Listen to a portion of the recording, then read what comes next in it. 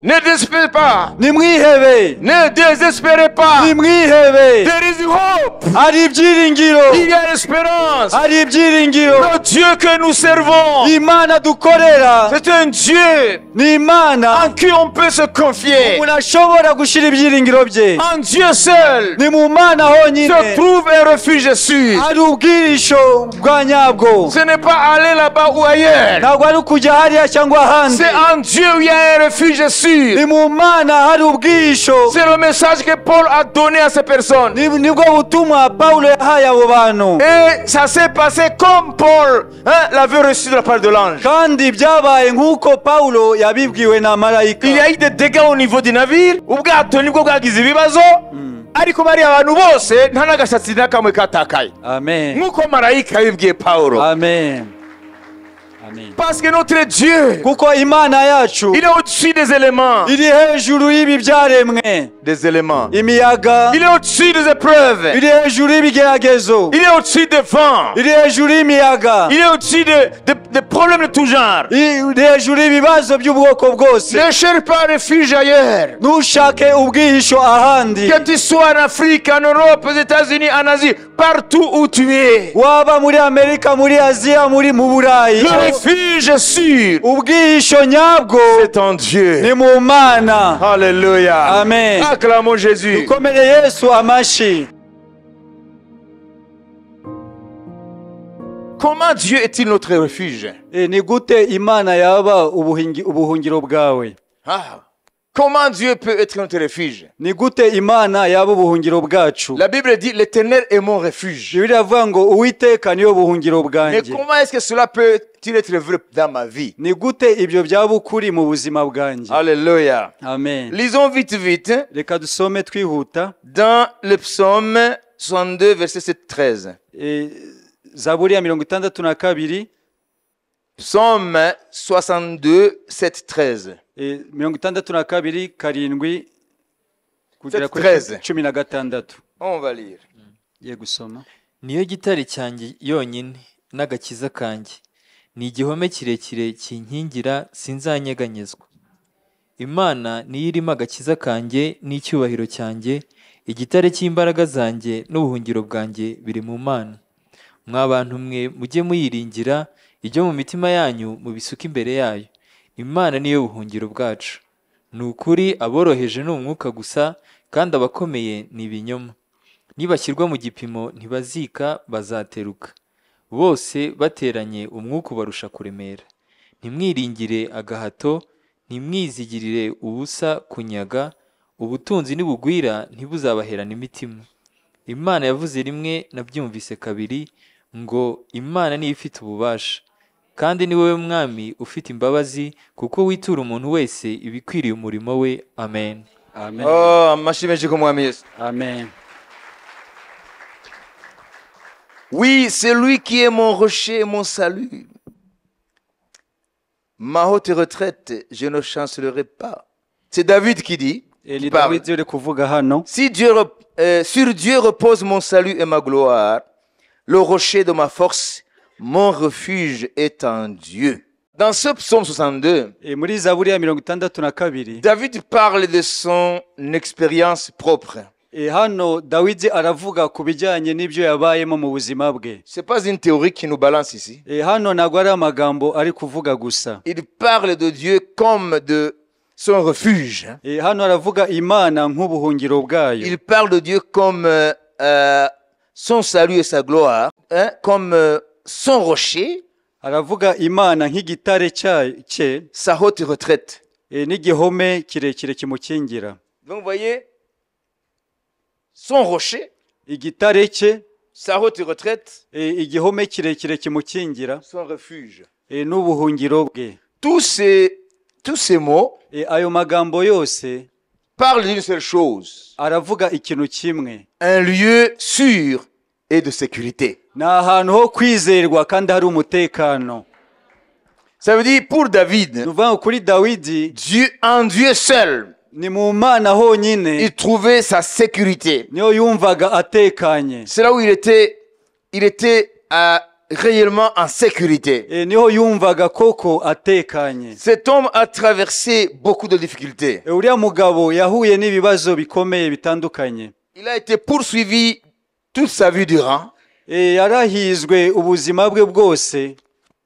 Le roi Saül umwami Sawuli a cherché à le tuer maintes fois. yashatse kumwica kenshi.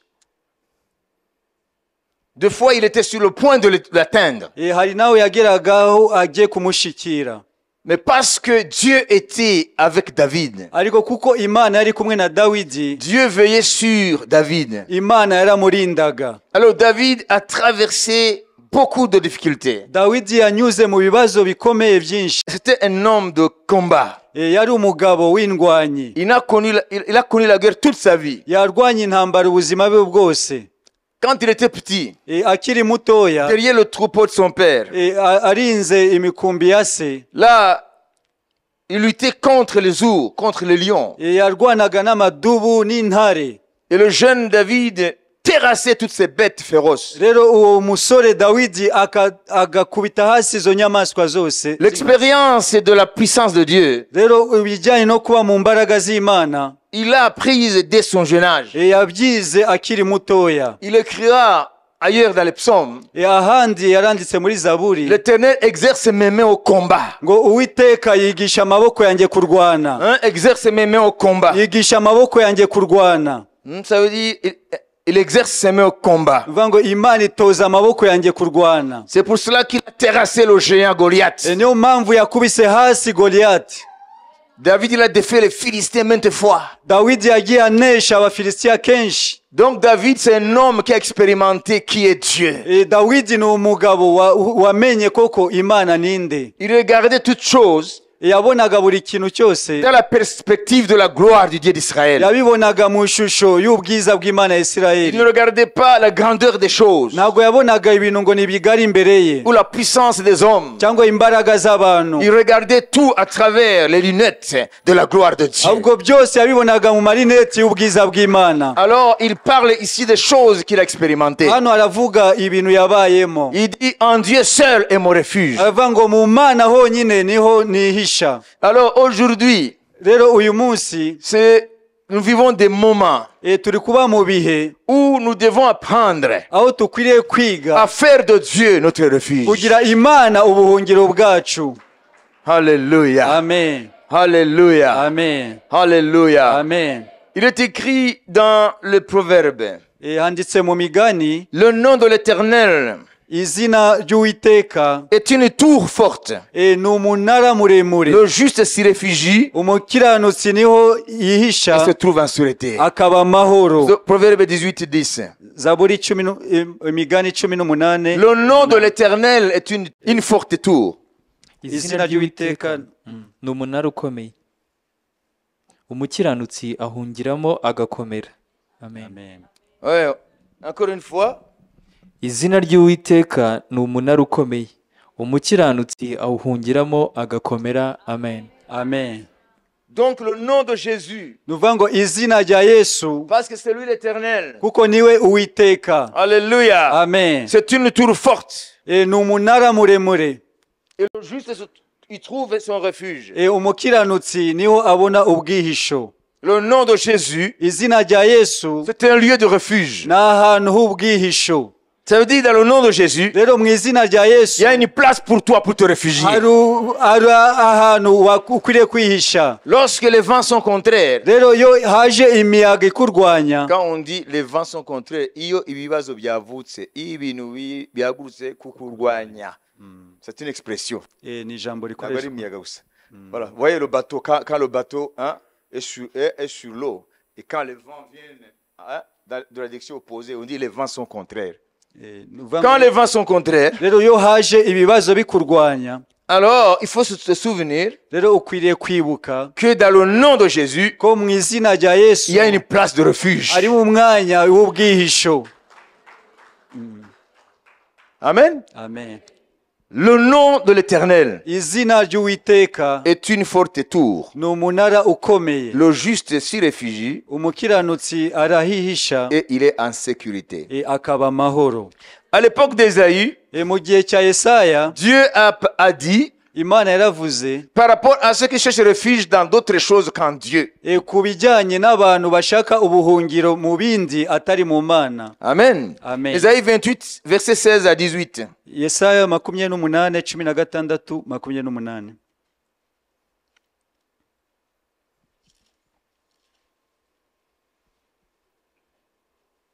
Donc on peut être tenté à chercher un refuge dans d'autres choses. Umuntu ashobora kugerageza gushaka ubwihisho mu bindi bintu. Ugashaka ubuhungiro mu bakomeye, ugashaka ubuhungiro mu mafaranga, ugashaka ubuhungiro mu bintu bitandukanye no mu bantu no mu mbaraga z'umwijima. Nicyo gitumye umwami Imana ivuga iti, dore ndashyira muri Siyoni ibuye ry'urufatiro ryageragejwe, ibuye rikomeza imfuruka ry'igiciro cyinshi, rishikamye cyane, kandi uwizera ntazahutiraho. Amen. Continue. Jusqu'au verset 27. Kandi imanza zitabera nizo zangira umugozi ugera, no gukiranuka nzakugira Timazi. Amahindu azatsemba ibinyoma muhungiramo, kandi amazi azasendera mu bwihisho. Maze isezerano mwasezeranye n'urupfu rizapfa, kandi ubumwe mufitanye n'ikuzimu ntibuzahama. Ahubwo ibyago n'ibisandara bigahitanya igihugu buzakandagirira hasi. Amen. Amen. Ce passage, premièrement, s'adresse à Israël. Aya magambo mbere na mbere aravuga ku bijyanye na Isirayeli. Israël moderne. Isirayeli y'iki gihe. Ça veut dire, après l'enlèvement de l'église, nyuma yo kuzamurwa kw'itorero, Israël va passer par une période de persécution Isirayeli izanyura mu bihe byo byitotezwa que la Bible appelle la grande tribulation. Bibiliya yita ibihe by'umubabaro ukomeye. Alors lorsqu'Israël se verra attaqué de toutes parts, rero igihe Isirayeli izabona yagoswe impande zose, Israël ne va pas premièrement chercher refuge en Dieu. Isirayeli mbere na mbere ntabwo izashaka ubuhungiro mu Mana. Lorsqu'Israël va faire face à des difficultés dans les temps à venir, Israël va chercher à se confier en des puissances de ce monde. Comme aujourd'hui. Vous savez que Israël a toujours eu les États-Unis comme appui.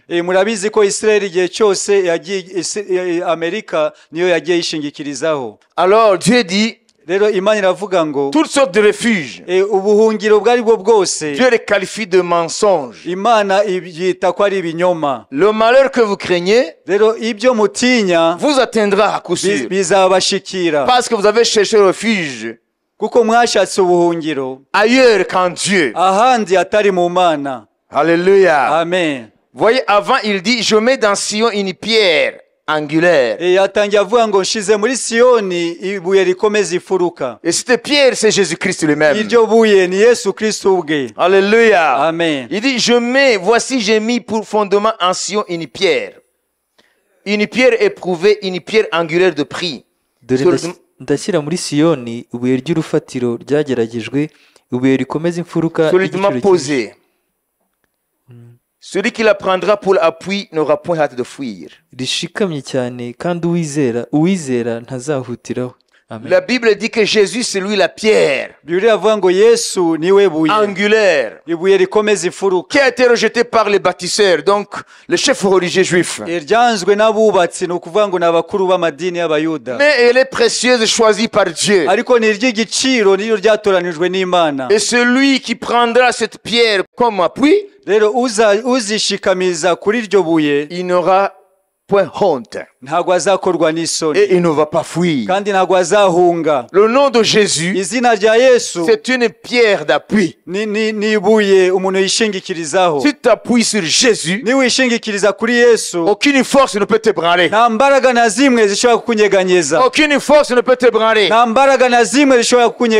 Les hommes cherchent refuge ailleurs. Ça peut marcher pour un temps, mais pas sur la durée. Les appuis autres que l'appui en Dieu, s'appuyer sur ton argent, sur ta position sociale, sur les grands de ce monde, sur les puissances des marabouts, des féticheurs, toutes sortes d'appuis. ubwishingikirizo bwose Ça ne résiste pas à l'épreuve du temps. ntabwo buhagarara imbere y'ibigeragezo Ça peut by'ubuzima sembler résister un temps, bishobora kugaragara ko hari imbaraga bifite mu gihe runaka mais à la longue, ariko mu gihe kirekire ça va s'avérer que c'est en Dieu seul où il y a un refuge sûr. bizagaragara ko ni mu Mana honyine hari ubwishingikirizo bushikamye. Est-ce que vous comprenez? Amen. Uyu mwanya mbabwira ushobora kuba wowe wiringiye amafaranga yawe, wiringiye ibyubahiro byawe, wiringiye bakanaka, wiringiye ibi n'ibi. Ibyo birashobora gukora igihe runaka, ariko mu gihe kirambye Imana izabigaragaza ko nta mbaraga bigira. Ubuhungiro bw'umwana w'umuntu gusa ni muri Yesu Kristo. C'est de cela dont nous sommes en train de parler. Ibyo rero nibyo turi kuvuga. Alléluia. Amen. Alléluia. Amen. Alléluia. Amen. Nous le voyons. Turabibona Durant toute la vie d'Israël, mu buzima bwose bw'amateka ya Isirayeli. Israël a traversé beaucoup d'épreuves. Isirayeli yahuye n'ibigeragezo byinshi. Israël a rencontré des royaumes puissants Isirayeli yahuye n'ubwami bukomeye qui voulaient le détruire bwashaka kuyirimbura depuis la naissance de la jeune nation. uhereye ku kuvuka kw'ishanga ritoya. Donc en quittant l'Égypte, Bakiva muri Egiputa ils ont rencontré des royaumes puissants, bahuye n'ubwami bukomeye, des armées aguerries. ingabo zatojwe. Prenons par exemple Jéricho. Dufate urugero rwa Yeriko. La Bible dit Jéricho était gardé par des vaillants héros, Bibiliya avuga ngo Yeriko yari irinzwe des hommes vaillants. n'abagabo b'intwari, Mais Josué, ariko à Yosuwa la tête d'Israël, ayoboye Isirayeli a défait Jéricho. yaranesheje Yeriko. Alléluia. Amen. Parce que ce n'était pas sa force physique. kuko ntabwo ari imbaraga ze zo mu mubiri, Ce n'est pas parce que c'était un stratège. ntabwo ari uko yari umuhanga w'intambara, Mais c'est parce que l'Éternel allait au-devant de lui. ahubwo nuko Uwiteka yagenderaga imbere ye. Il a été fort. Yari Il a été umunyembaraga, puissant. yari umunyembaraga Parce que le puissant de Jacob kuko umunyembaraga wa Yakobo était son appui. niwe rwishingikirizo rwe. Alléluia. Amen. Paul, Paulo lorsqu'il était dans le navire qui l'amenait à Rome pour être jugé, igihe yari mu bwato agana i Roma kugira ngo acirwe urubanza, en pleine mer Méditerranée, mu nyanja ya Mediterane, alors ce bateau a eu des problèmes. ubwo bwato bwahuye n'ibibazo. Dans Acte 27, Mu byakozwe n'intumwa 27, nous lisons que ce bateau a eu des difficultés. dusoma ko ubwo bwato bwahuye n'ibibazo. Ici, c'est aussi un exemple de celui qui s'appuie sur Dieu. Uru narwo ni urugero rw'umuntu wiringira Imana. Donc, le navire qui amenait Paul et d'autres prisonniers à Rome, Rero ubwato bwari butwaye Paulo n'izindi mfungwa i Roma, ce bateau a rencontré des vents violents ubu bwato bwahuye n'imiyaga ikomeye, jusqu'à ce que tout l'équipage désespérait de vivre. kugeza aho abari barimo bose bari bihebye.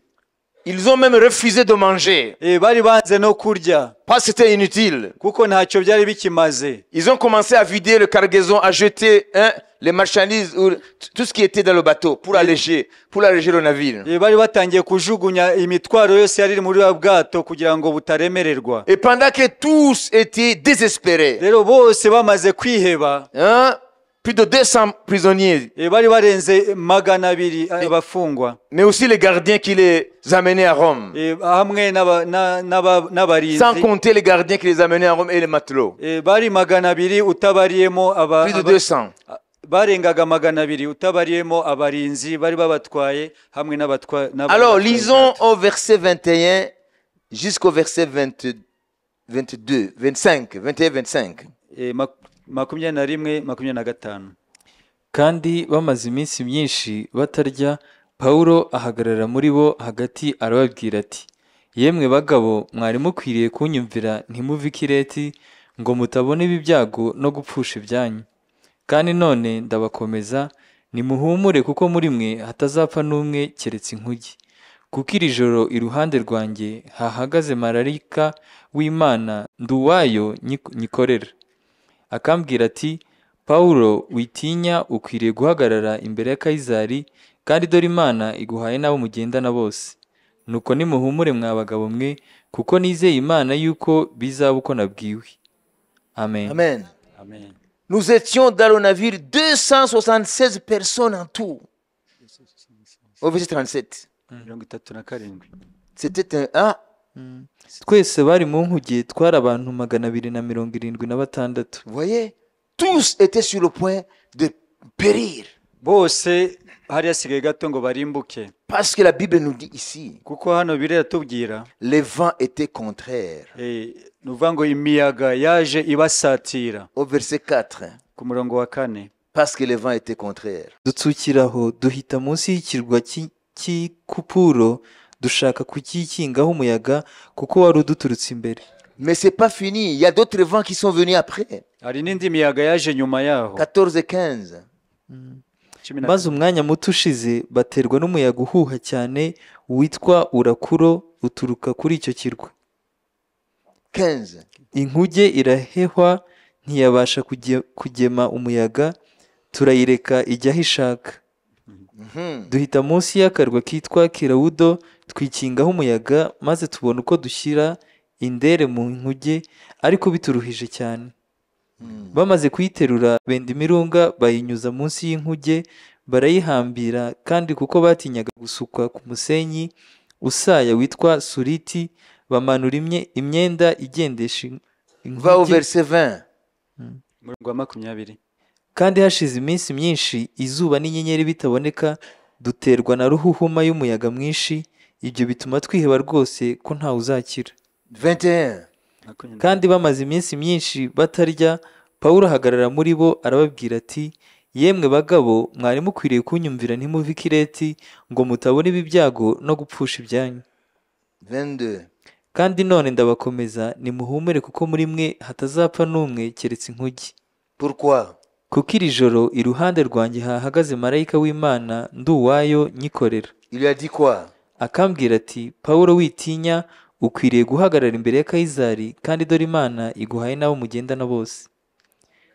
Et ensuite, nuko nimuhumure mwa bagabo mwe kuko nizeye Imana yuko bizaba uko nabwiwe.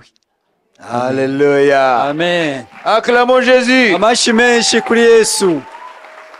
Mais qui est cet homme? Ese uwo mugabo ni umuntu ki? Au milieu de toute cette multitude. Hagati y'abo bantu benshi. Hein?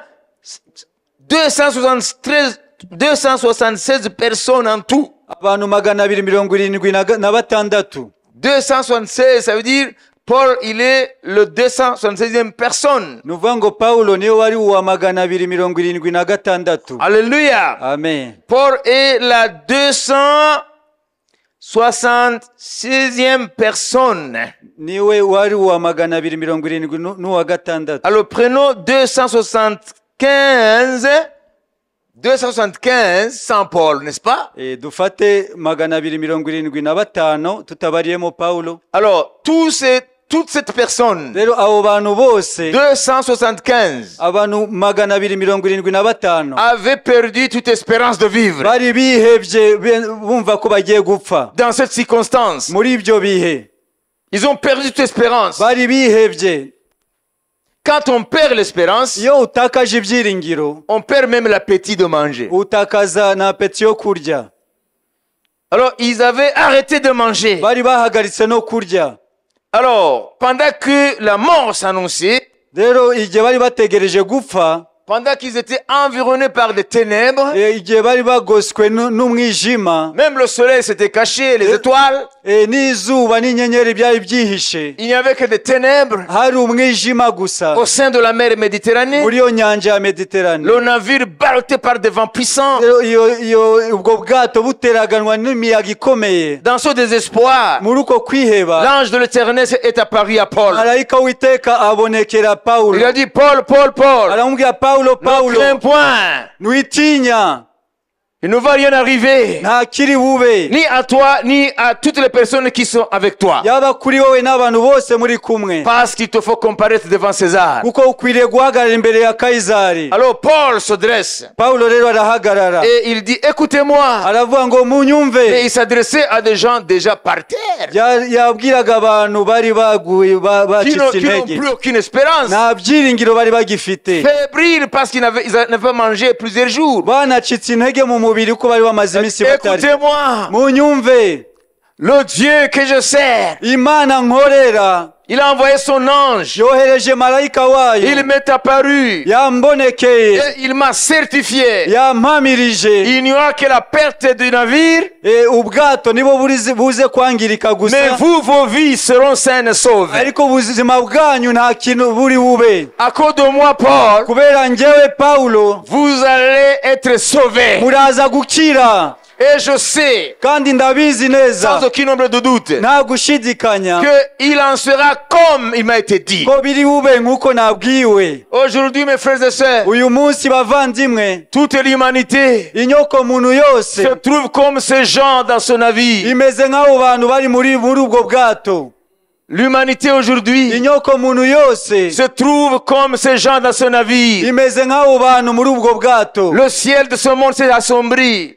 Ijuru rimaze kwijima, Les ténèbres couvrent la terre. umwijima umaze gutwikira isi, Les ténèbres de désespoir. umwijima wo kwiheba, L'économie est ébranlée partout. ubukungu bwahungabanya ahantu Des hose, crises sociales partout. ihungabana ry'ubuzima bw'abantu ahantu Il y a hose, l'angoisse chez les hommes d'aujourd'hui. hari ukwiheba mu bantu b'iki gihe. Métaphoriquement, Mu buryo bw'ikigereranyo, c'est comme si le bateau ou le navire dans lequel nous sommes ni nk'aho ubwato turimo commence à sombrer. butangiye kwibira, Partout les gens se désespèrent. ahantu hose abantu barihebye, Les gens n'ont plus le cœur tranquille. abantu ntabwo bagifite umutima utuje, Les gens sont inquiets pour ce qui va se passer dans le monde. abantu bafite ubwoba bw'ikintu kigiye kuba mu isi, Les gens ne sont plus même sûrs si demain ils seront là. abantu nta n'ubwo bahamya ko ejo bazaba bakiriho. Aujourd'hui, les gens vivent la précarité. Uyu munsi abantu bariho badafite ibibahagije, On n'entreprend plus quelque chose à long terme. ntabwo umuntu aba akiteze ibintu by'igihe On kirekire, n'entreprend plus quelque chose à long terme. nta migambi umuntu akigira y'igihe kirekire, Parce qu'il y a des changements à tout moment. kuko buri gihe cyose hari ibintu bihindagurika. Nous sommes comme dans son navire, Turi nko muri ubwo bwato, le bateau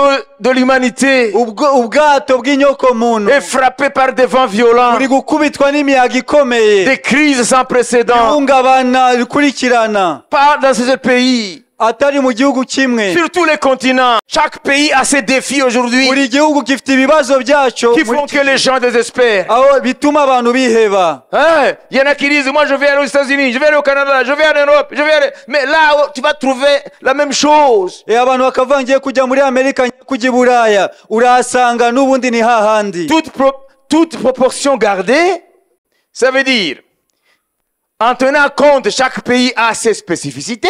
Dufashe ko buri gihugu kigira umwihariko wacyo, ariko icyo duhuriye cyose ku isi uyu munsi twese nuko nta gihugu na kimwe kitakirahura n'imiyaga.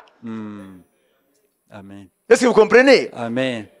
Quitte le Rwanda, va aux États-Unis, tu vas trouver des problèmes. Urava mu Rwanda ugere muri Amerika urahasanga ibibazo, Parce que c'est un vent planétaire. kuko ni umuyaga ufasha isi yose, C'est un vent planétaire. ni umuyaga ufasha isi yose. L'humanité est dans un navire Inyoko muntu iri mu bwato qui est en train de frapper par des vents. iri gukubitwa n'imiyaga. Alors, qu'est-ce qu'il faut faire dans telles circonstances? Rero mu bihe nk'ibyo umuntu yakora iki? Il faut qu'il y ait des pôles Hakwiriye kuba aba Paulo qui se lèvent au sein de sociétés qui sont déboussolées bahaguruka mu bantu batakaje icyerekezo, pour dire, kugira ngo bavuge ngo ne désespérez pas, nimwihebe, ne désespérez pas. nimwihebe, There is hope. hari ibyiringiro, Il y a l'espérance. hari ibyiringiro. Le Dieu que nous servons, Imana dukorera c'est un Dieu ni Imana en qui on peut se confier. umuntu ashobora gushyira ibyiringiro bye. En Dieu seul Ni mu Mana se honyine trouve un refuge sûr. hari ubwirisho bwa nyabwo, Ce n'est pas aller là-bas ou ailleurs. ntabwo ari ukujya hariya cyangwa ahandi. C'est en Dieu où il y a un refuge sûr. Ni mu Mana hari ubwisho. C'est le message que Paul a donné à ces personnes. Nibwo butumwa Paulo yahaye abo bantu. Et ça s'est passé comme Paul l'avait reçu de la part de l'ange. Kandi byabaye nk'uko Paulo yabibwiwe na marayika. Il y a eu des dégâts au niveau du navire. Ubwato nibwo bwagize ibibazo. Ariko bari abantu bose nta nagashatsi nakamwe katakaye. Amen. Nk'uko marayika yabibwiye Paulo. Amen. Amen. Parce que notre Dieu, Kuko Imana yacu il est au-dessus des éléments. iri hejuru y'ibi byaremwe. Des éléments. Imiyaga Il est au-dessus des épreuves. iri hejuru y'ibigeragezo. Il est au-dessus des vents. iri hejuru y'imiyaga. Il est au-dessus des problèmes de tout genre. iri hejuru y'ibibazo by'ubwoko bwose. Ne cherche pas refuge ailleurs. Ntushake ubwihisho ahandi. Que tu sois en Afrique, en Europe, aux États-Unis, en Asie, partout où tu es. Waba muri Amerika, muri Aziya, mu Burayi. Le refuge sûr, Ubwihisho nyabwo c'est en Dieu. ni mu Mana. Alléluia. Amen. Acclamons Jésus. Dukomere Yesu amashi. La Bible nous dit, Bibiliya yatubwira ngo l'espérance du chrétien, ibyiringiro by'umukristo c'est comme l'ancre d'un bateau. ni nk'igitsika cy'ubwato. Hein? Ancre en anglais. Les bateaux ont des ancres.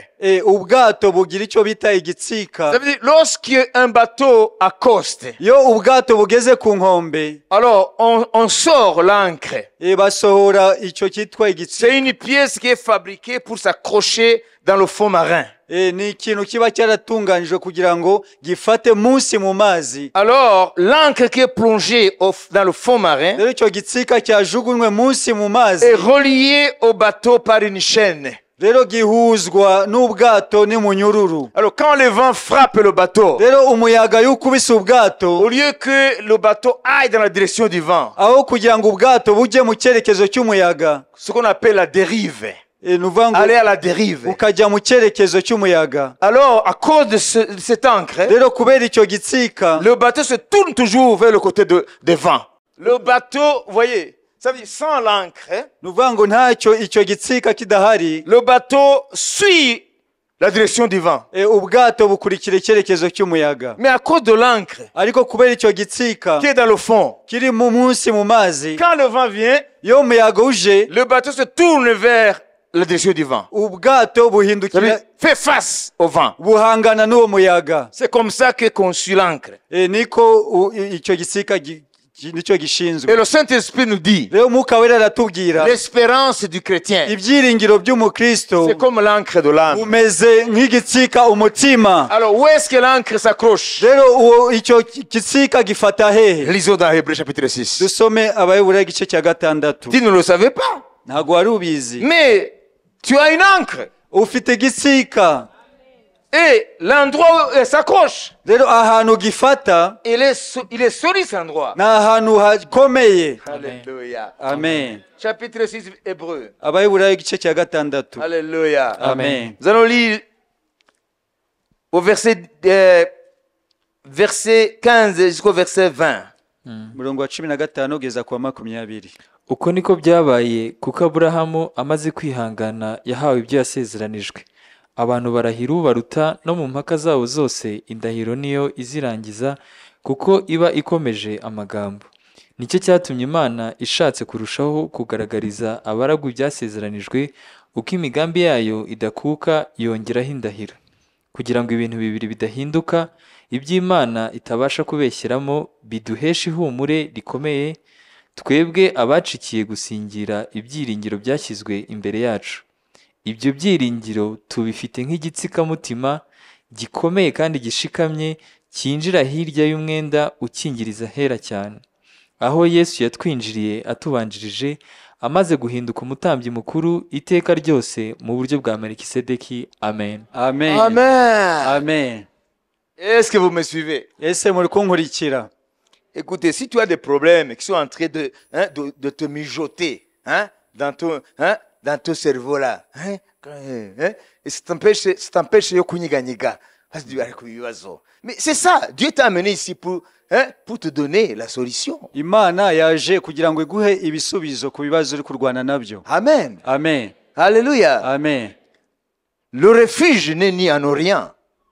Le refuge n'est ni en Orient. ubwisho ntabwo buri burasirazuba, Ubuhungiro ntabwo buri burasirazuba, ntabwo buri burengerazuba, ntabwo buri kusi ni kaskazi. Ubuhungiro buri mu Mana yonyine. Amen.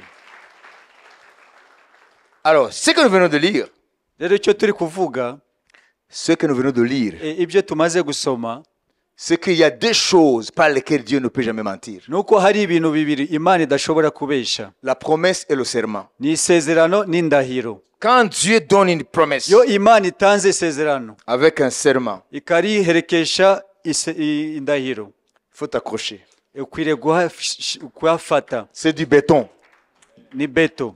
Écoutez-moi. Munyumve, La Bible dit, Bibiliya iravuga ngo Jésus est entré, il est entré au-delà du voile. Yesu ngo yinjiye hirya y'umwenda ukikirije ahera, Et il est allé dans le lieu, le Saint des Saints, yinjira ahera hahera, le trône même de Dieu. imbere y'intebe y'Imana. Après sa résurrection, Amaze kuzuka mu bapfuye, dans son ascension, mu kuzamuka kwe, il est allé dans le ciel des cieux. yinjiye mu majuru y'amajuru. Yageze mu ijuru ry'amajuru. Il est entré dans le lieu très saint, Yinjiye ahera cyane, là où même Dieu a son trône. aho Imana ifite intebe yayo. Il est assis à la droite de la majesté divine. Yicara iburyo bw'isumba byose. Et la Bible dit, Bibiliya iravuga ngo il y est entré comme notre précurseur. yinjiye nk'utubanjirije. Dans la Bible, il n'y a qu'un seul endroit où c'est écrit précurseur. Bibiliya ni ahantu hamwe gusa handitse iryo jambo ngo watubanjirije. Aaron et tous les souverains sacrificateurs juifs. Aroni n'abatambyi bakuru bose b'Abayuda, Ça veut dire des sacrificateurs selon la loi de Moïse. nuvuga ngo abatambyi bashingiye ku mategeko ya Mose, Ils n'entraient pas dans le lieu très saint une fois l'an comme précurseurs. ntago binjiraga ahera rimwe mu mwaka nk'ababanjirije abandi. Non, ils y allaient même en tremblant, Binjiragamo bahinda umushyitsi, avec le sang pour leurs propres péchés, n'amaraso ku bw'ibyaha byabo, afin de représenter le peuple aux yeux de Dieu, kugira ngo devant la face de Dieu. bahagarire ubwoko imbere y'amaso y'Imana. Et ils n'étaient pas sûrs qu'ils vont en revenir vivants. Kandi ntago babaga babizi ko bari busohokemo amahoro.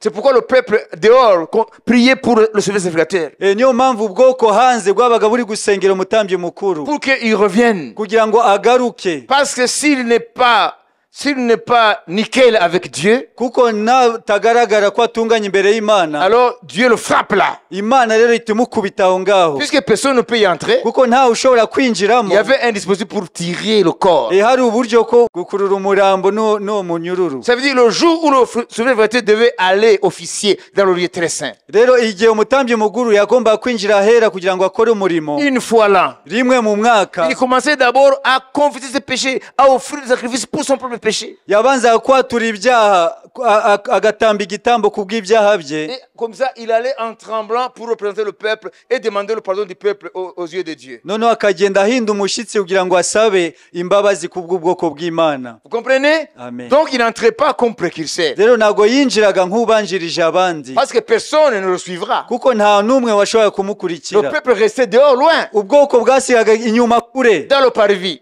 kure mu gikari. Vous comprenez? Amen.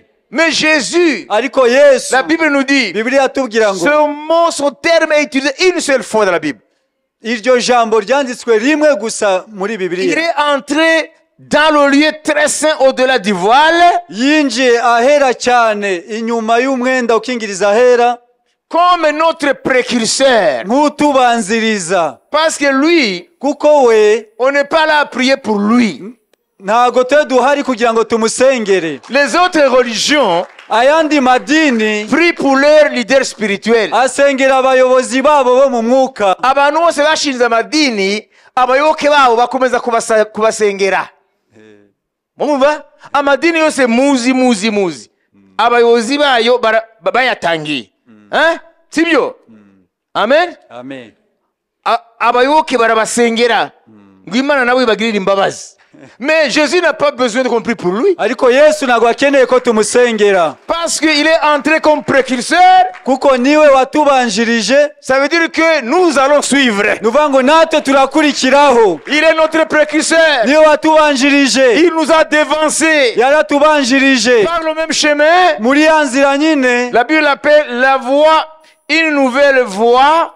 Bibiliya yita ngo ni inzira nshya. Il a ouvert une nouvelle voie. Yaduciriye inzira nshya. Une voie sainte. Inzira yera. Alors nous allons passer par où il est passé. Natwe tuzanyura aho yanyuze. Au lieu que nous prions pour lui, aho kugira ngo tumusengere, c'est lui qui intercède pour nous. ahubwo ni utwingingira. Alléluia. Amen. Il est arrivé là. Yarahageze. Quelle est la preuve que Jésus est assis à la droite de Dieu? Niki gihamya ko Yesu yicaye iburyo bwa se? C'est que 10 jours après, nuko iminsi 10 nyuma yaho, après l'ascension, amaze kuzamurka, l'Esprit est venu. Umwuka wera yaraje.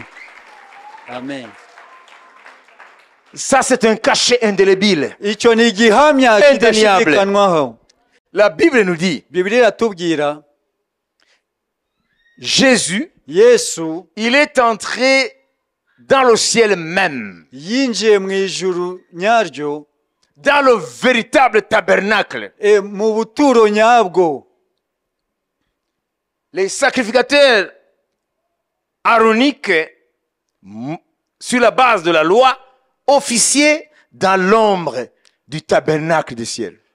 Abatambyi bo mu muryango wa Aroni bagenderaga mu mategeko bagakorera mu buturo bwa hano mu isi. Mais Jésus est entré dans le vrai tabernacle. Ariko Yesu yinjiye mu buturo nyabwo, l'habitation de Dieu. ubuturo bw'Imana. Il est allé dans le ciel. Yarinjiye mu ijuru. Il a pénétré. Arinjira. Et les portes du ciel Rero amarembo y'ijuru ont reconnu le roi de gloire. yakira umwami w'ubwiza. Amarembo y'ijuru yamumenye umwami w'ubwiza ararengutse araje. Amen. Intwari ivuye ku rugamba. Amen. Amen.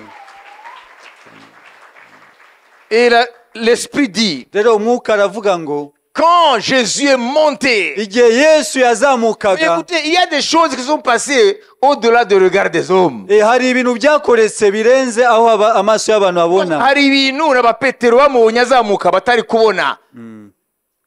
Parce qu'il avait franchi la porte là. Kuko yari yarenze rya rembo.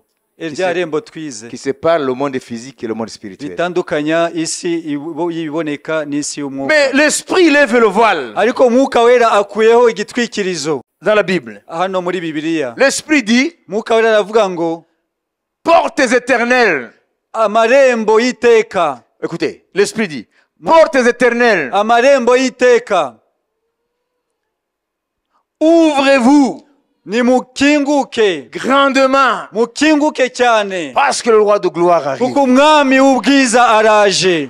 Quand Jésus est monté au ciel, igihe Yesu yazamukaga mu ijuru, et qu'il est arrivé aux portes des cieux, ageze mu marembo y'ijuru, alors l'Esprit dit, umwuka aravuga ngo, Dieu le Père a dit, Imana data iravuga ngo, portes éternelles, mu marembo y'iteka mwe, ouvrez-vous, nimukinguke, parce que le roi de gloire arrive. kuko umwami w'icyubahiro araje. Jésus est arrivé au ciel, Yesu yageze mu ijuru, avec les clameurs des anges. n'amashi y'abamarayika. Alléluia. Amen. Alléluia. Amen. Alléluia. Amen. Lui qui a accepté d'être l'agneau de Dieu. Wemeye kuba umwana w'intama w'Imana. L'agneau de Dieu. Umwana w'intama Qu'on w'Imana. mène à la boucherie. Bajyanaga nk'ujyanwa kubaga. Il a été crucifié à Golgotha. Yarabambwe ku musaraba i Golgotha. Il est devenu notre agneau. Yahindutse umwana w'intama wacu. Alléluia. Amen. Mais quand il est parti au ciel, rero igihe azamukaga mu ijuru, et qu'il a pénétré les portes du ciel, akinjira mu marembo y'ijuru, et que les portes se sont ouvertes, amarembo agakinguka, il est allé devant le Père. yinjiye ajya imbere ya data. Et les anges ont acclamé. Abamarayika bakoma mu mashi. Le roi de gloire. Umwami w'ubwiza. Le roi de gloire. Umwami w'ubwiza. Le roi de gloire. Umwami w'ubwiza. Le roi de gloire. Umwami w'ubwiza. Et aujourd'hui, rero uyu munsi il s'apprête à revenir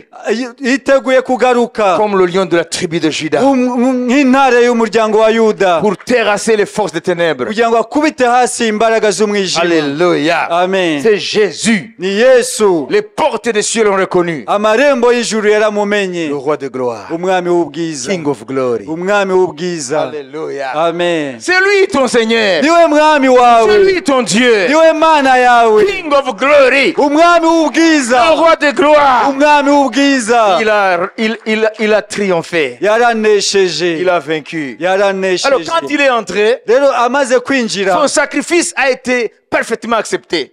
igitambo cye cyaremewe mu buryo bwuzuye. C'est pourquoi le Père a envoyé l'Esprit en son nom. Niyo mpamvu data yohereje umwuka mu izina rye. Alléluia. Amen. Et l'Esprit est ici parmi nous. Rero umwuka wera ari hagati Et il yacu est en nous. kandi ari muri twe. Alléluia. Amen. Il est là pour témoigner Ari hano kugira ngo que ahamirize Jésus a été notre précurseur. kuko ko Yesu ari yinjiye kugira ngo atubanzirize. Alors maintenant, ce qui nous concerne, Rero ibitureba il dit l'espérance que nous avons en lui, ngo ibyiringiro dufite muri we elle est comme une ancre bimeze nk'igitsika des bateaux. cy'ubwato. Amen. Si tu comprends le bateau et l'utilité des ancres, nusobanukirwa ibijyanye n'ubwato n'umumaro w'igitsika tu vas cy'ubwato, comprendre maintenant pourquoi l'Esprit compare l'espérance à l'ancre. uraza gusobanukirwa impamvu umwuka wera agereranya L'espérance et l'ancre. ibyiringiro byacu n'icyo gitsika. On nous dit ici, Hano baratubwira cette espérance que nous avons en Jésus, ibyo byiringiro dufite muri Yesu nous la possédons turabifite comme une ancre de l'âme, nk'igitsika umutima sûre gikomeye kandi gishikamye. et solide, gikomeye kandi gishikamye, firm and secure. gikomeye kandi gishikamye. Amen. L'espérance que nous avons, Ibyiringiro dufite c'est comme l'ancre. bimeze Et nk'igitsika puisque l'ancre fixe le bateau contre les vents, kuko icyo gitsika gituma ubwato budatwarwa n'imiyaga lorsqu'on accoste, iyo uri ku ngombe, Amen. Amen. Pour que le bateau reste stable, kugira ngo ubwato bukomeze buhamye. les marins utilisent l'ancre Rero bakoresha icyo gitsika et qui doit s'accrocher au sol. kigomba Ça veut dire gufata dans munsi le fond marin. munsi mu mazi. Alors, notre ancre s'accroche où? Rero igitsika cyacu gifata he? C'est l'ancre de l'âme. Ni igitsika umutima. L'espérance dans mon âme Ibyiringiro mu mutima wanjye est comme une ancre sûre et solide, bimeze nk'igitsika gishikamye kandi firm gikomeye, and secure. gishikamye kandi gihamye. Et c'est deux mots. Ari On amagambo dit abiri, deux mots. Mais comprenez là-bas, amagambo abiri c'est l'Esprit qui yakoresheje. dit. Ni umwuka wera wayakoresheje. Ibyo byiringiro tubifite nk'igitsikamutima gikomeye kandi gishikamye. Pourquoi vous dites Gikomé kandi gishikame? Gikomeye kandi gishikamye. Alors, puisque l'ancre doit s'accrocher quelque part, Kuko icyo gitsika gikwiriye gufata ahantu runaka. alors notre ancre Natwe rero igitsika cyacu est partie cyaragiye en suivant Jésus, gikurikiye Yesu, en pénétrant où il a pénétré, kinjira aho yinjiye, au-delà du voile, hirya y'umwenda ukingirije ahera, et s'est accroché cyarafashe sur le trône de Dieu lui-même. ku ntebe y'Imana ubwayo. Si on peut bouger le trône de Dieu, Niba ushobora kunyeganyeza intebe y'Imana, alors tu peux bouger l'espérance des vrais chrétiens. ushobora kunyeganyeza ibyiringiro by'umukristo. Si tu peux ébranler le trône du Très-Haut, Niba ushobora kunyeganyeza intebe y'Isumba byose, là tu peux ébranler l'espérance d'un enfant de Dieu. aho ushobora kunyeganyeza ibyiringiro by'umwana w'Imana. Ça veut dire dans ce monde Ni ukuvuga ngo hano mu isi où nous rencontrons des vents, aho duhura n'imiyaga des difficultés de tout genre, n'ibibazo by'ubwoko bwose, c'est l'espérance en Christ ni ibyiringiro muri Kristo qui devient notre ancre. gihinduka igitsika cyacu, Notre ancre s'accroche sur le trône, gifashe ku ntebe y'Imana, au-delà du voile. hirya y'umwenda ukingirije Il ahera. y a une chaîne qui nous lie, Hari umunyururu uduhuza, qui nous lie avec l'ancre. kiduhuza n'icyo gitsika. Lui, il est le bateau. Njyewe ndi ubwato, Moi, je suis l'ancre. we ni Il y igitsika. a une chaîne qui nous lie. Hari umunyururu uduhuza. Alors, si l'espérance est une ancre, Rero ibyiringiro niba ari icyo gitsika, Amen. Amen. L'ancre de son âme. igitsika umutima, Alors, son âme umutima we est liée uhujwe par une chaîne invisible n'umunyururu utaboneka, avec l'endroit où l'ancre s'est accrochée. n'ahantu icyo gitsika cyafashe. Cet ancre s'est accroché sur le trône de Dieu. Icyo gitsika cyafashe ku ntebe y'Imana. L'âme d'un enfant de Dieu Rero ubugingo bw'umwana w'Imana s'accroche au trône de Dieu. ufashe ku ntebe y'Imana. Aucune force Nta mbaraga na ne zimwe peut ébranler bishobora kunyeganyeza l'espérance en Christ. ibyiringiro muri Kristo. Alléluia. Amen. Alléluia. Amen. Comment l'Esprit qualifie cette ancre-là? Ni gute umwuka avuga ku bijyanye n'icyo gitsika? Il utilise deux mots. Akoresha amagambo abiri. Comme une ancre Nk'igitsika de l'âme cy'ubugingo cy'umutima, qui est solide kirakomeye et sûre. kandi kirahamye. Firm and secure. Kirakomeye kandi kirashikamye. Alors, qu'est-ce que nous pouvons craindre? Niki twatinya? Qu'est-ce que vous craignez? Niki twatinya? Si nous savons que nous sommes liés avec le trône de Dieu, Niba tuzi ko duhujwe n'intebe y'Imana, lorsque tu ne connais pas l'espérance en Christ, iyo utazi ibyiringiro muri Kristo, alors ton bateau va couler. aho rero ubwato bwawe buzarohama. Lorsque tu vas rencontrer des vents Igihe uzahura n'imiyaga sur la mer de ce monde. mu nyanja y'isi. C'est l'espérance en Christ Ni ibyiringiro muri Kristo qui nous fait tenir nibyo bituma duhagarara au milieu des tempêtes hagati y'imiyaga de ce monde. y'isi.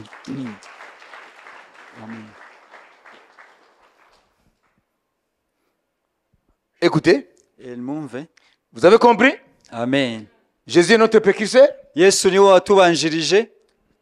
Qu'est-ce qui nous maintient stables dans ce monde qui bouge beaucoup? Niki gituma dukomeza guhagarara muri iyi si inyeganyezwa?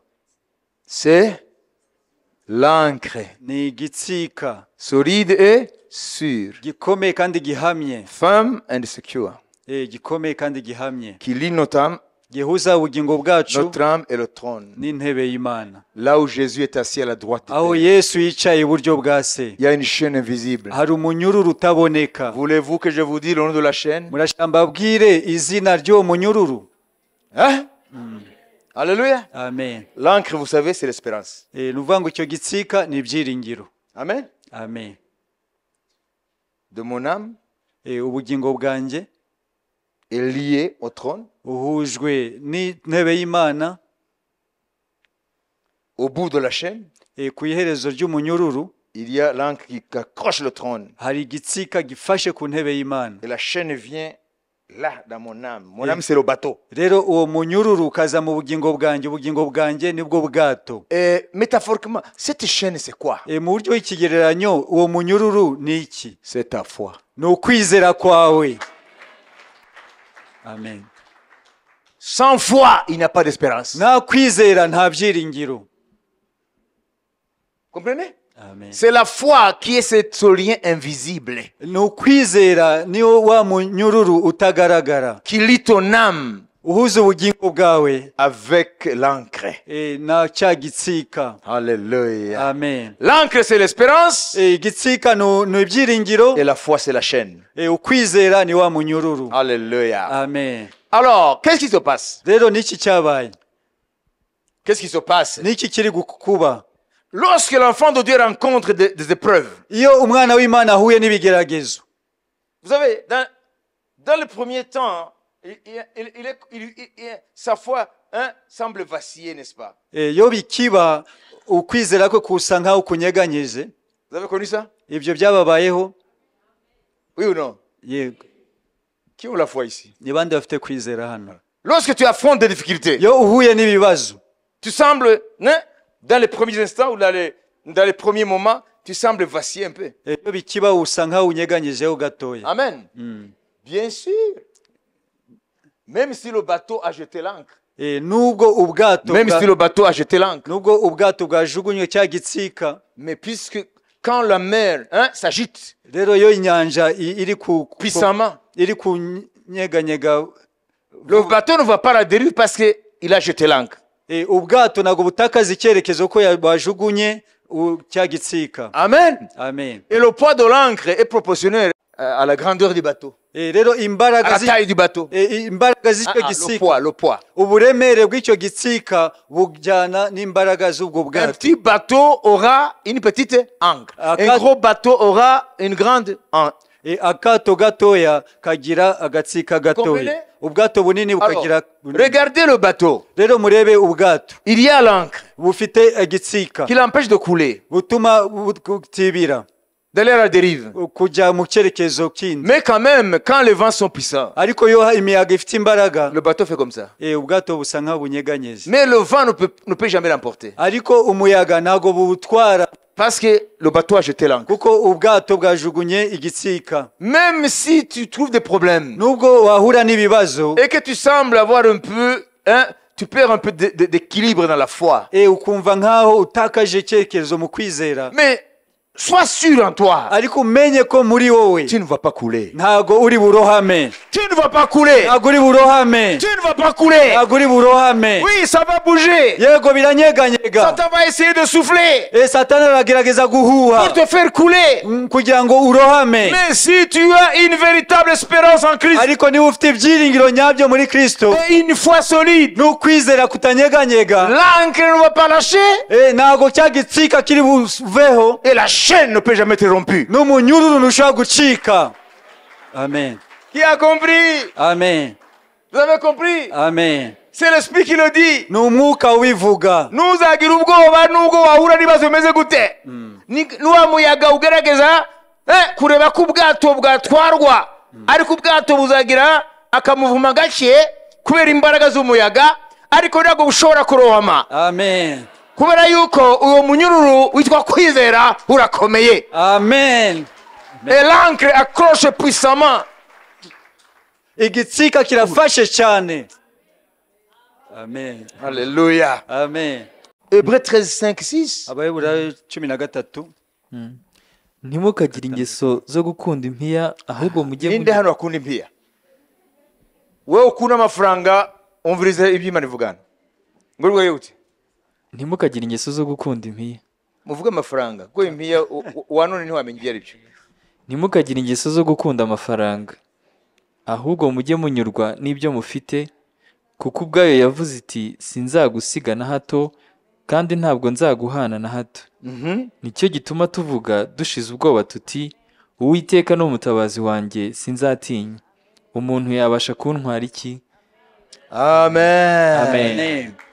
Vous comprenez? Amen. Dieu lui-même a dit, Imana ubwayo yaravuze ngo il ne te délaissera jamais. ntabwo izigere gusiga. Alléluia. Amen. C'est pourquoi Dieu, Niyo mpamvu Imana voulant montrer avec plus d'évidence ishaka guhamiriza neza l'immuabilité de sa résolution, kudahinduka mu byo yafashe icyemezo, cyangwa amasezerano, ibyemezo byayo, intervient par un serment.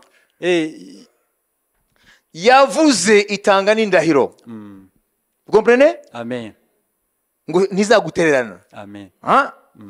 Amen. Amen. Afin que par deux choses immuables dans lesquelles il est impossible que Dieu mente, kugira ngo ishingiye ku bintu bibiri Imana idabasha kubesha, nous trouvions un puissant encouragement. tuvanamo ibidukomeza bikomeye. Alléluia. Amen. Je ne sais pas si depuis le début, en me suivant, tu as puisé dans ce que l'Esprit est en train de dire, un puissant encouragement. Sinzi uhereye igihe twatangiriye ko wavanyemo koko ibyiringiro bikomeye.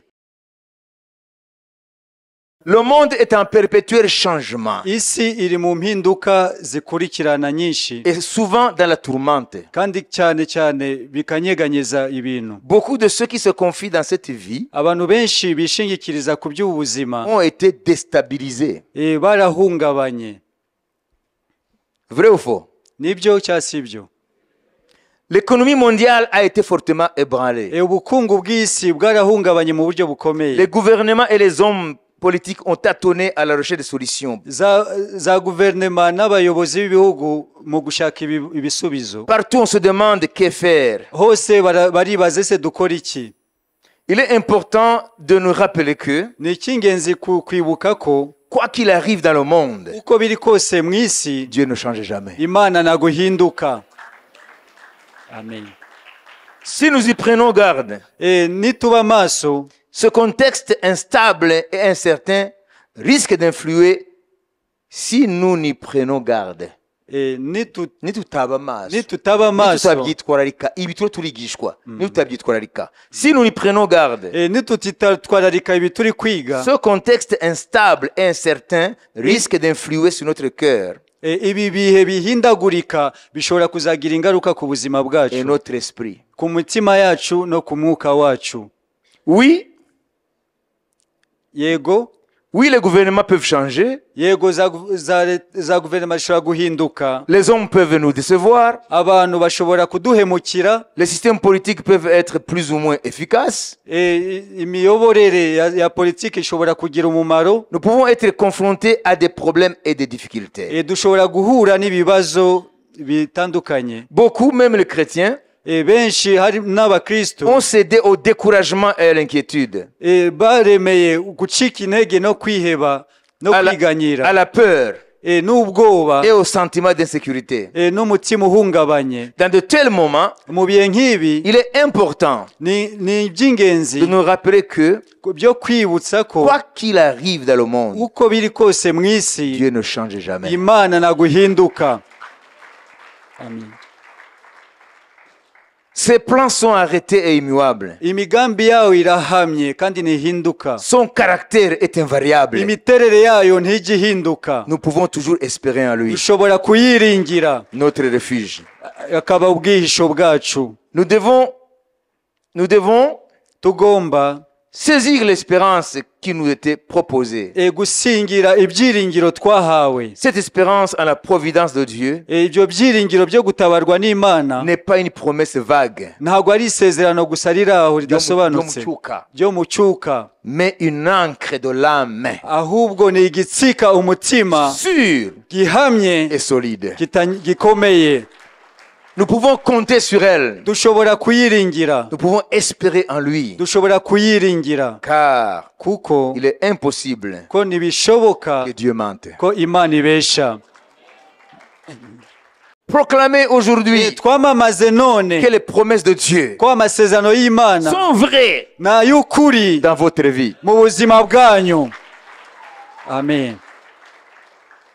Souvenez-vous que mwibuke ko l'espérance ne trompe point, ibyiringiro ntago bibesha, parce que l'amour de Dieu kuko urukundo rw'Imana est répandu dans nos cœurs rwasutswe mu mitima yacu par le Saint-Esprit qui nous a été donné. umwuka wera twahawe. Romains 5:5. Abaroma 5:5. bene ibyo byiringiro ntibikoze isoni kuko urukundo rw'Imana rwasabye mu mitima yacu kubw'umwuka wera twahawe. Amen. Amen. Amen. Amen. Amen. Et écoutez la fin. Mwumve rero indunduro. Ne désespérez pas. Nimwihebe. Ne désespérez pas. Nimwihebe. Ne baissez pas les bras. Nimumanura amaboko. Ne baissez pas les bras devant les difficultés. Nimucike intege imbere y'ibigeragezo. Ne désespérez pas. Nimucike intege. Ne baissez pas les bras Nimucike intege devant les problèmes de la vie. imbere y'ibibazo by'ubuzima. Dans un monde de changement, mu isi iri guhindagurika, vous pouvez confier votre vie à Dieu. mushobora guha Imana ubuzima bwanyu. Il vous donnera izabaha une espérance ibyiringiro qui sera bizaba une ancre bizaba igitsika pour votre âme. kubw'ubugingo bwanyu. Amen. Alors que chacun sur sa chaise prie avec moi. Rero buri wese Avant que je prie pour vous, mais vous allez répéter cette prière. aho mwicaye murasubiramo iri sengesho. Si tu veux, tu peux incliner ta tête. tunamike imitwe. Père, Data, je place mon espérance en toi. shize ibyiringiro byanjye muri wowe. Confesse cette... Mwature. Hein? Décharge-moi de mes fardeaux unkureho imitwaro yanjye et donne-moi ta paix. umpa amahoro yawe. Merci urakoze parce que tu ne changes jamais kuko ntujya uhinduka et que ta parole est vraie. kandi ijambo ryawe ni ukuri. J'ai confiance en toi. ndakwiringiye. Amen. Amen. Amen. Amen. Amen.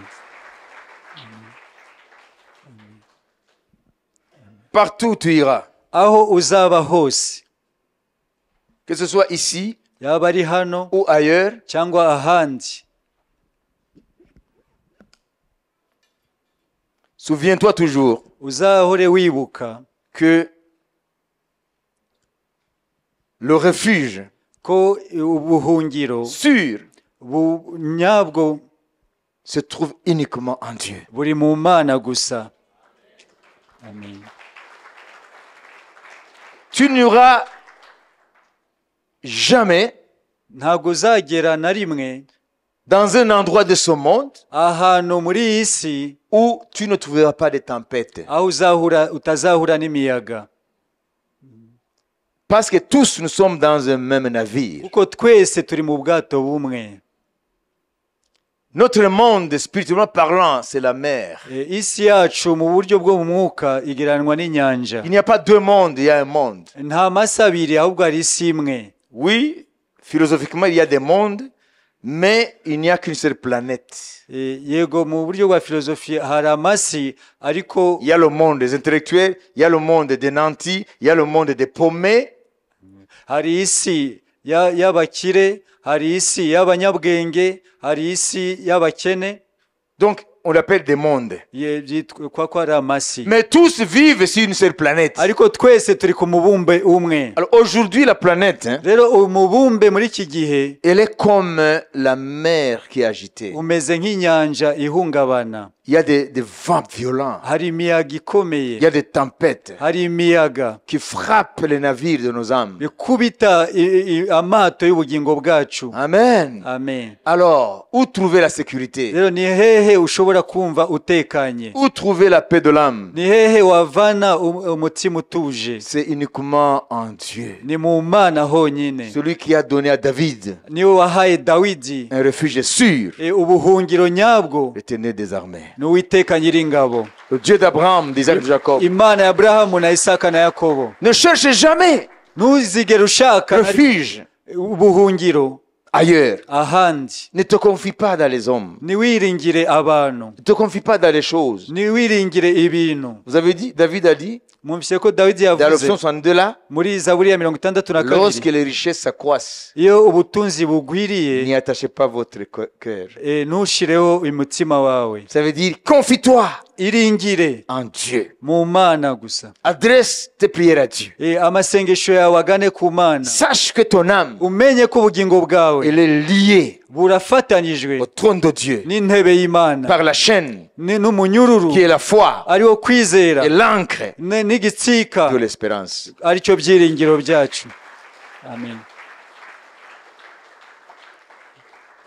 Maintenant, je vais prier pour que Dieu, dans ces jours difficiles, nous donne véritablement une espérance telle que la Bible l'a décrit. L'espérance en Christ. Et que nous comprenions que c'est une ancre sûre et solide. Aucun vent, si puissant soit-il, fait pousser le navire à la dérive de notre vie. Si notre âme a cette espérance en Jésus-Christ, c'est une ancre solide et sûre. À moins que tu perdes la foi. Mais si la foi est là, alors tu as une ancre solide. Alors ne désespère pas. Jésus, il a vaincu. Il est allé au-delà du voile, dans le véritable tabernacle. Il s'est présenté devant Dieu pour ton bien, pour ta justification. Il est à la droite de Dieu. En cet instant où je parle, Jésus, il est à la droite du Père. Il intercède pour toi. Il nous connaît tous par nos noms. Il nous connaît tous. Chacun par son nom. Il sait comment tu as dormi. Il sait comment tu t'es réveillé. Dieu va t'empêcher de couler. Mais Dieu n'empêche pas les vents. Les vents seront toujours là. Le monde sera toujours agité comme une mer. Mais celui qui est en Christ, fidèlement, Dieu va l'empêcher de couler. quelles que soient les tempêtes. imiyaga uko yaba ari imeze kose. Amen. Amen. Alors je vais prier Rero ngiye gusenga pour que cette encre-là kugira ngo icyo gitsika soit solide pour toi kibe gikomeye ku bwawe, et que la chaîne soit solide, kandi uwo munyururu nawe ukomere. que ton espérance en Christ Ibyiringiro byawe muri Kristo résiste à toutes les épreuves uhagarare hamwe n'ibigeragezo byose, et que ta foi soit ferme. ukwizera kwawe gukomere. Alléluia. Amen. Pour affronter kugira ngo uhangane les épreuves d'aujourd'hui et de demain. n'ibigeragezo by'ejo mu minsi iri imbere. Alléluia. Amen. Je vais prier pour que Dieu te donne la force Ngiye gusenga kugira ngo Imana iguhe imbaraga d'affronter bo guhangana les problèmes, les épreuves n'ibibazo n'ibigeragezo d'aujourd'hui et de demain. by'uyu munsi ni mu minsi iri imbere. Lève ta main. Zamura ibiganza byawe. Alléluia. Amen. Alléluia. Amen. Alléluia. Amen. Avant de prier, en fermant tes yeux, Mbere yo gusenga ufunze amaso, je te dis de suivre ce que je vais dire. Ce sont les paroles de Jésus. kugira ngo ukurikire ni amagambo Yesu yavuze. Listen to me unyumve carefully. mu buryo unkurikire neza. Je vous ai dit toutes ces choses, dit Jésus, Nababwiye ibi byose niko Yesu yavuze, afin que vous ayez la paix en moi. kugira ngo mugire amahoro muri nge. 1. Icyambere, Je vous ai dit toutes ces choses, nababwiye ibyo byose afin que vous ayez la paix en moi. kugira ngo mugire amahoro muri nge. Il vient de vous dire toutes ces choses, Amaze kubabwira ibyo byose afin que vous ayez la paix en lui. kugira ngo mugire amahoro muri we. Jean 16, 33. Yohana 16:33. Je cite Jésus. Ndi kusubiramo amagambo Yesu yavuze. Amen. Amen. Hallelujah. Amen. I'm quoting the Lord. Ndi kuvuga amagambo Yesu yivugiye. Je vous dis toutes ces choses, Mbabwiye ibi byose afin que vous ayez la paix en moi. kugira ngo mugire amahoro muri nge. Voilà pourquoi Jésus vous a envoyé ce message. Niyo mpamvu Yesu yabohereje ubu butumwa. 2. Icya kabiri, Le verset continue. umurongo urakomeza. Dans le monde, Mu isi vous aurez des tribulations. muzahura n'ibibahungabanya, Mais prenez courage. ariko mukomere, J'ai vaincu le monde. naranesheje isi. Il vient maintenant confirmer ces paroles en toi. Aje rero guhamiriza aya magambo muri wowe.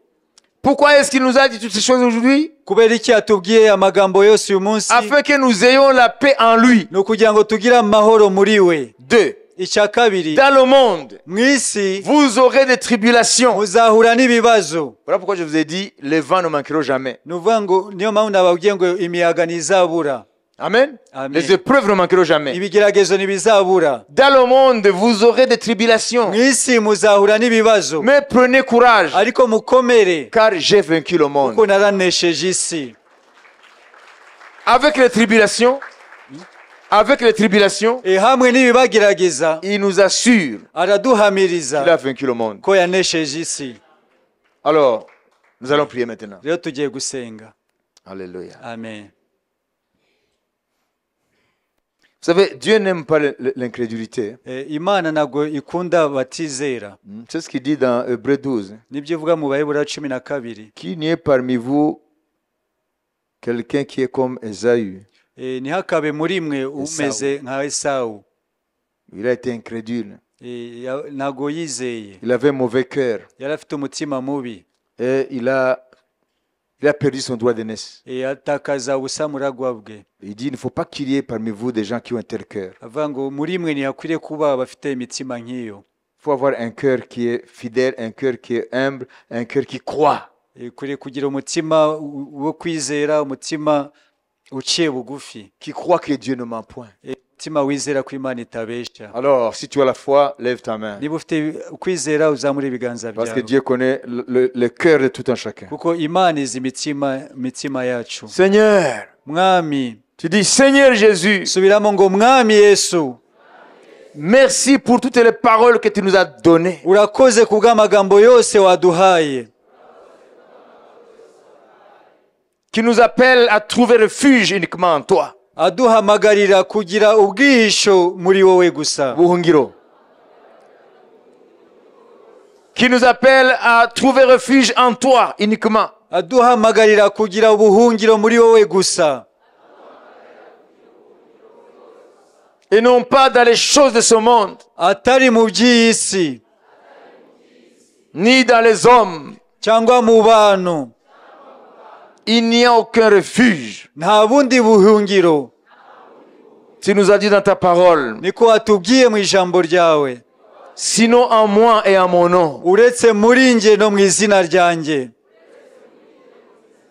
Seigneur, Mwami, je t'invoque. ndaguhamagaye. Guéris mon cœur Kiza umutima wanjye. de tous les ingrédients d'incrédulité. Ibyo byose bijyanye no kutizera. Donne-moi la foi. Mpa kwizera. La foi d'un enfant Ukwizera k'umwana muto. qui ne doute jamais Kudashidikanya na gato. aux promesses de ses parents. Ku masezerano y'ababyeyi be. Délivre-moi Mbohora. de l'esprit d'incrédulité. Umwuka wo kutizera. Délivre-moi Mbohora. de la peur du lendemain. Ubwoba bw'ejo hazaza. Délivre-moi Mbohora. des inquiétudes, Kwiganyira. des incertitudes, Kwiganyira. des incertitudes. Manque de confiance. Kutakwiringira. J'accepte aujourd'hui Ndemeye uyu munsi que mon refuge ko ubuhungiro bwanjye se trouvera toujours en toi. igihe cyose buzaba muri wowe. Merci pour l'encre de mon âme. Urakoze kubw'igitsika umutima wanjye. L'espérance vivante en Christ. Ari byo byiringiro bizima muri Kristo. Tu ne m'as pas appelé Ntago wampamagaye pour couler un jour, kugira ngo umunsi umwe nzarohame. mais tu m'as appelé Ahubwo warampamagaye pour surfer sur les vagues de ce monde. kugira ngo ngendere hejuru y'imiyaga y'isi. Nimiraba. Kugira ngo ngendere hejuru y'imiraba y'isi. Et avec ta parole Hamwe n'ijambo ryawe et le Saint-Esprit, n'umwuka wera j'arriverai au bon port. nzagera ku nkombe. Hakuria. Nzagera hakurya. Où tu es allé comme mon précurseur. Aho winjiye kugira ngo mbanzirize. Je crois, Seigneur Jésus, Ndizera Mwami Yesu que je vais arriver au bon port. ko nzagera hakurya. Mon voyage ne finira pas dans la mer. Urugendo rwanjye ntabwo ruzasorezwa mu nyanja. La mer de ce monde. Inyanja y'isi. Mais je vais arriver à bon port. Ahubwo nzagera hakurya. Où je serai accueilli par les anges. Aho nzakirwa n'abamarayika. Et où je verrai mon Seigneur et mon Dieu face à face. Aho nzabona umwami wanjye n'Imana yanjye mu maso. En ton nom, Seigneur Jésus. Kubw'izina ryawe Mwami Yesu. Merci pour ton grand amour. Urakoze kubw'urukundo rwawe rukomeye. Ruhebuje. Merci. Urakoze pour ton amour. kubw'urukundo. Pour ta protection. Kubwo kurindwa kwa nanjye. Pour les petits soins. Uburyo unyitwararika. Dans ma vie de tous les jours. Mu buzima bwanjye bwa buri munsi. Amen. Amen. Amen. Amen. Amen. Amen. Alléluia. Amen.